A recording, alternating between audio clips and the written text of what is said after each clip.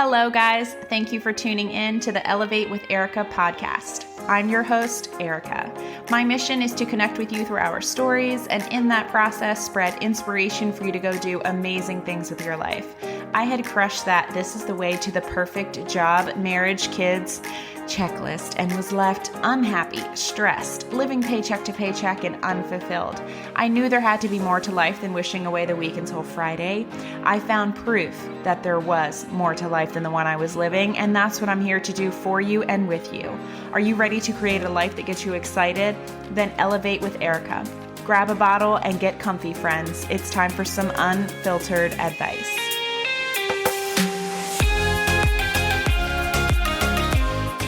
Hey there, friends. February already. We've got Valentine's Day coming up. I'm always curious of people's opinions on Valentine's Day. And I wish this was a conversational episode. I'm not mad at Valentine's Day, y'all.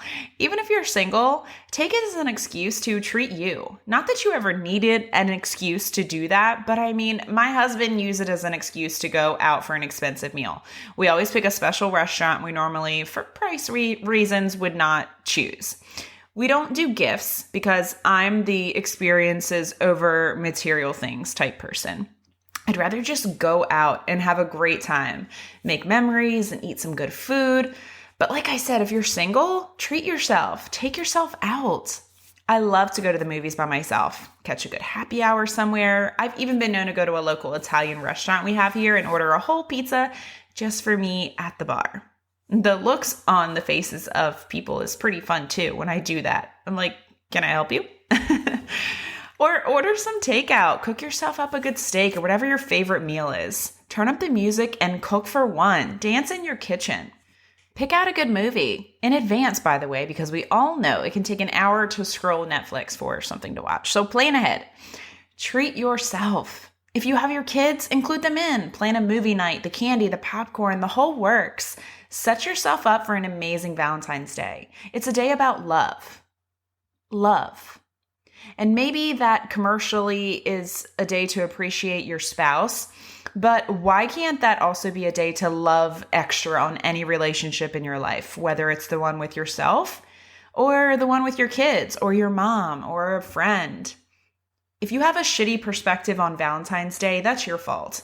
You want to live in that space, that's your choice. You want to focus on the bad and the sad and the overpriced teddy bears, then you do that. But just be aware that you're choosing to see it in that light. I literally looked up what is Valentine's Day for this episode, and I won't bore you with much of the history. But the bottom line is, it's a day to celebrate romantic love, friendship, and admiration. Send messages of love and affection to your partner or your family or your friends, because that will make you feel good too. Make the day work for you. You have to make a conscious effort to add in positivity to your life because we all know there's plenty of negativity thrown at us from every direction, but you don't have to catch it. You don't have to catch it. This is no different than how we should approach every day, right? I mean, it's normal that all 365 days in a year won't go as planned. You won't feel amazing. You won't be able to inject enough positivity into the day to override the negative, the sadness, the darkness of the situation that you're going through. But it's temporary, and the lows make us appreciate the highs. Life is 10% what happens to you and 90% how you react to it. You've heard that before, I know. But do you really say that to yourself when you're going through something challenging? When something happens in your day out of your control, do you feel the feels and then let them run you down? Let them own the rest of the day? Or do you soon realize that you actually have a choice? Because it takes that sort of conscious effort to see the positive, to inject positive into your life. I do think I've always been kind of good at this naturally, but I 100% believe it can be learned because I was good at doing this when I was younger, but then went through a phase in a job that I didn't like where I just let my bad days make me feel like I had a bad life. And then I had to relearn this. Recreated this habit of coaching myself in negative moments, of speaking thoughts when I didn't like the ones I was feeling. You guys, you know I believe that you can change who you are at any given moment. So let's change the way we think first. I remember a time, and I can't remember if I've shared this story on here before, but it's short, so just bear with me. I was on the bus on the way to school. So yes, this was over 20 years ago, but we never forget the moments we were picked on as a kid, do we? I was on the bus, sitting alone as usual, tucked as far into that window seat as I could get. Hopefully, invisible. School wasn't one of the best experiences for me. I actually enjoy school itself, like the act of learning things, but the social aspect, I could have done without it. But hey, I guess it made me who I am today, right? And who I am today is so glad that I didn't peak in high school. I'm just saying. But anyway, I was tucked into that window seat, dreading the day, dreading the navigating through awkward social situations that I would have to do all day. And I would talk to myself. This became a coping or survival mechanism for me at a young age. I could talk myself through a less than desirable situation and make it not so bad. I could find the positive in the situation, or I could create a positive thing to look forward to instead. So I was talking to myself, but unfortunately this time I must have been really into it because my mouth was actually moving. No sound was coming out, but I was so into my thoughts, staring out that bus window, that I was mouthing them too. And wouldn't you know it, those bitches saw me. And yes, I did just call them that. And immediately announced to everyone that I was talking to myself, and they started picking on me and laughing at me. I said nothing. I did nothing. I just let them go until they had nothing else left to say. And then I scooted even closer into that window. So yes, I'll never forget that moment because I was being picked on, but it's also proof that I learned at a very young age that I can speak positivity into my life. And that's probably why you see me showing up in my stories today as this person who always appears positive and full of confidence and energy, because even when I don't 100% feel those things, I know I can speak them into existence. I know I have that power. And guess what? The great news here is that we all do. In my old corporate job, there would be days when I knew waking up that morning that they were going to be freaking stressful AF. I can feel the emotions right now, all over again. That's the 10% right there. That's the 10% life is what happens to you that I was talking about earlier. But the 90%, my reaction is when I would say, okay, there's some shit I don't want to do today, but what can I do to make this not quite suck so bad? Because the bottom line is, I did not want to go sit in that meeting. I did not want to walk those halls. I did not want to play the role my position required, but I couldn't change the things I had to do in that moment. Yes, I started building my business on the side for those reasons, but I couldn't change what I had to do in that moment, right? We all have responsibilities. We got to pay the bills, yada, yada. But how can I add in joy? Those were the days when I had to get so freaking intentional. Purposely adding in joy and things that empower me. I would rely heavily on my workouts and a good music playlist to start my day. Not starting my day with the needs and wants of my children or husband. Then I would pick out a podcast that would pick up my spirits, make me believe I was capable of whatever could come my way that day, filling me with the knowing that I was a powerful fucking human being. And I would plan to stop for my favorite coffee that morning or plan on a good lunch spot to look forward to. I would get to work and turn on my music immediately because music is a mood. I would plan a great night at home with my family, whether it be a good meal or a game night or a movie night or going out for ice cream. I would give myself something to look forward to. That's the 90%. That's how I react to life when things feel kind of crappy. Feel the feels, but then, okay, like what are you going to do about it? Where can you tweak things? Because that's on you. Get out of that reactive state and get proactive. I just mentioned that I didn't want to start the day meeting the demands, wants, needs of my children and my husband. And also, side note, let's not feel ashamed to say that, ladies. When our spouses want time away, they go get it, right? They go to their garage, to their gym, to cut grass, to Home Depot, out with their friends. They sleep in. We get quietly out of bed so as not to wake them. They make sure they get their time, right? We need to freaking do that too. We don't have to be martyrs because we're moms and wives. Let's just say that first. So, yeah, I don't want to start my day like that. And most people do approach their day from a reactive state all day, don't they? Man or woman, all day you're just waiting for shit to happen. And whatever happens controls your whole day. When something bad happens, you use it as proof that your entire life sucks, your marriage sucks, you're a terrible mom, the world is an ugly place, all people are rude and selfish. You're just walking around waiting for things to happen all day to determine your mood. I did that for a good chunk of my life, especially like my first 8 years as a mom. My kids were in charge of my wake up time. And then from there, I was like on the defense all day and I was just exhausted. Do you ever feel that way? Like you're on defense all day? We can change that. You can change that when you get proactive. So what do I mean by that? Change the way you start your day. If that means go to bed earlier, then go to bed earlier. That Netflix show ain't even worth it. I mean it, like put a plan in motion that gives you a routine in the morning that brings you joy. I'm not saying you have to work out. Put a plan in motion that brings you joy. It doesn't have to look like mine or anyone else's. Try things on for size and find something that works for you. It can be 10 minutes, but it's a gift to you that gives you that feeling of being in control. You have taken the wheel on your day already. So when things come up as you go about your day, you are coming from a place of, okay, I got this. Instead of, holy shit, what was that? Where am I? It's going to be a long day. We've all thought that before, right? You spill your coffee on your outfit on your way to work and immediately you say, ugh, it's going to be a bad day. You're half joking, but you know that thought sticks with you the remainder of the day. Your thoughts control your actions. You're waiting on the next thing to happen.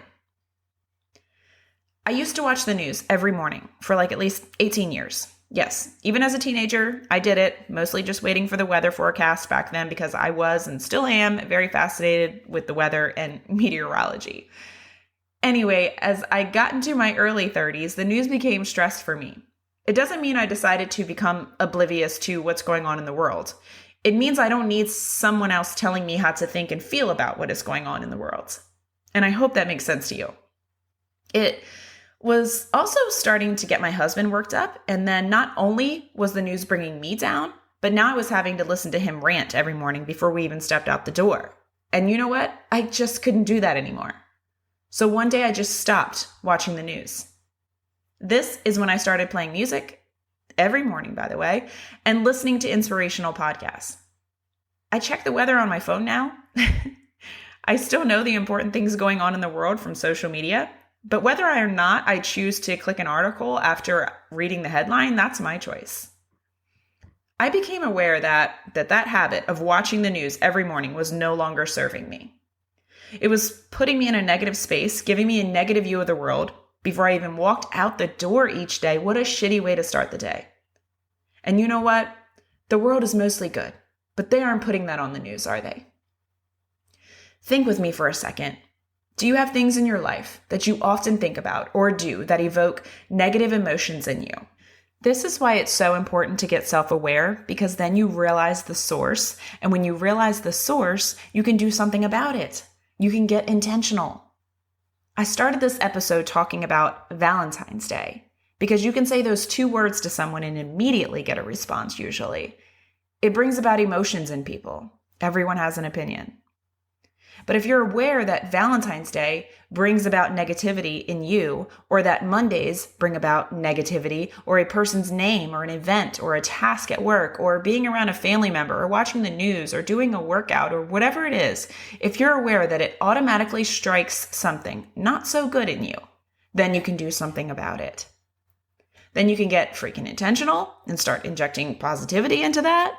You can think other things about whatever it is, but it takes work.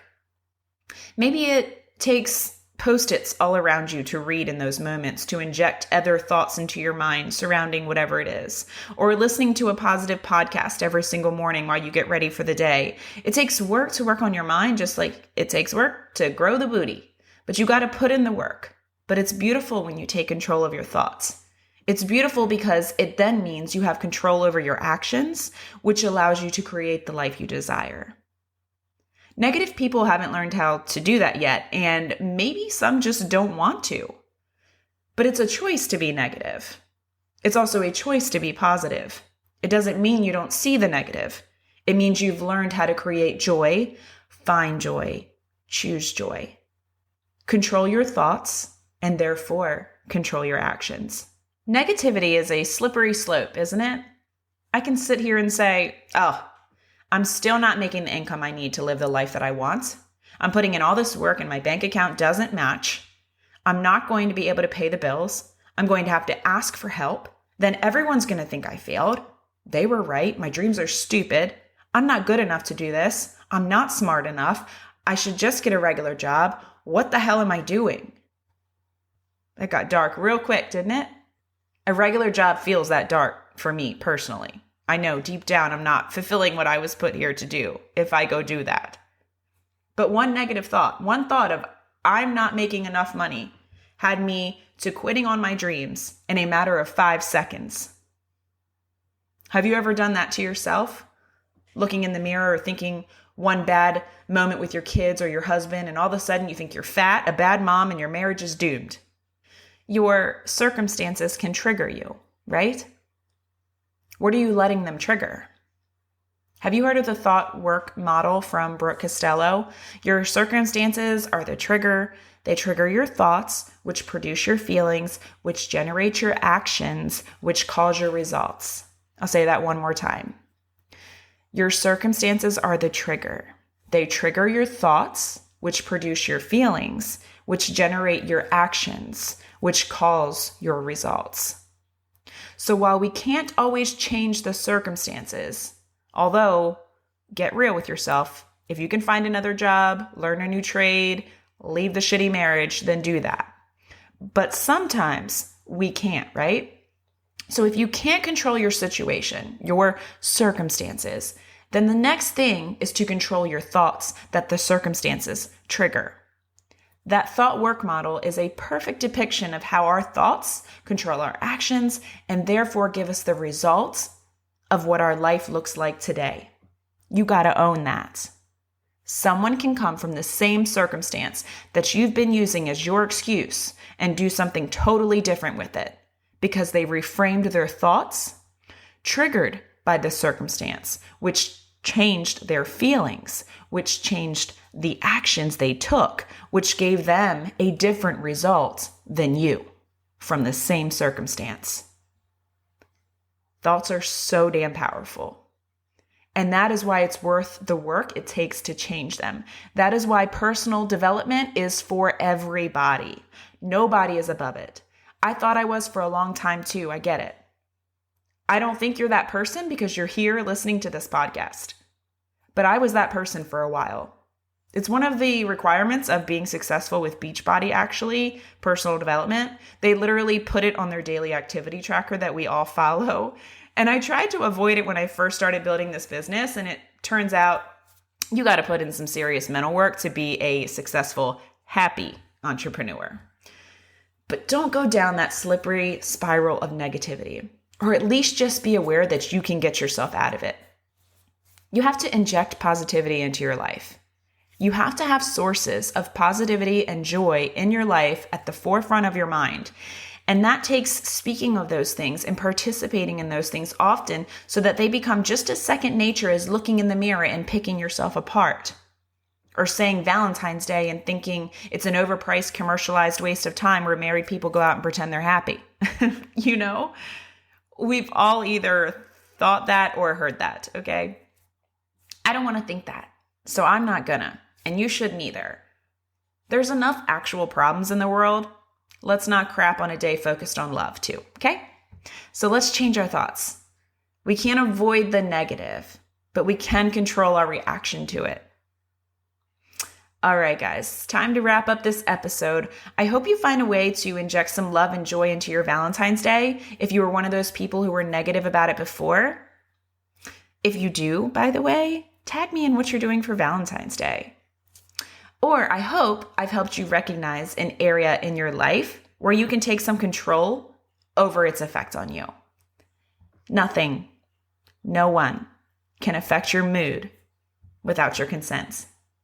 Before I wrap this up, will you guys please take time to go rate and leave a comment on this podcast? Share it with your friends. When you take time to leave a rating, it tells Apple that they need to push this podcast out to more people. And so I so appreciate you helping me make a bigger impact. All right, raise your glasses for a cheers. What do you have today? Coffee, water, a shake, breakfast, wine, whatever it is. Let's cheers to this. Whatever you want, whoever you want to be, however you want to feel, you can create those pathways in your brain and pave over the old thought patterns that were no longer serving you. You can teach your mind to seek positivity. You can choose the quality of your thoughts. You can't always control what's happening, but you can control the way you respond to it. That power is within you. Harness that power and create the life you desire. Until next episode, friends. E.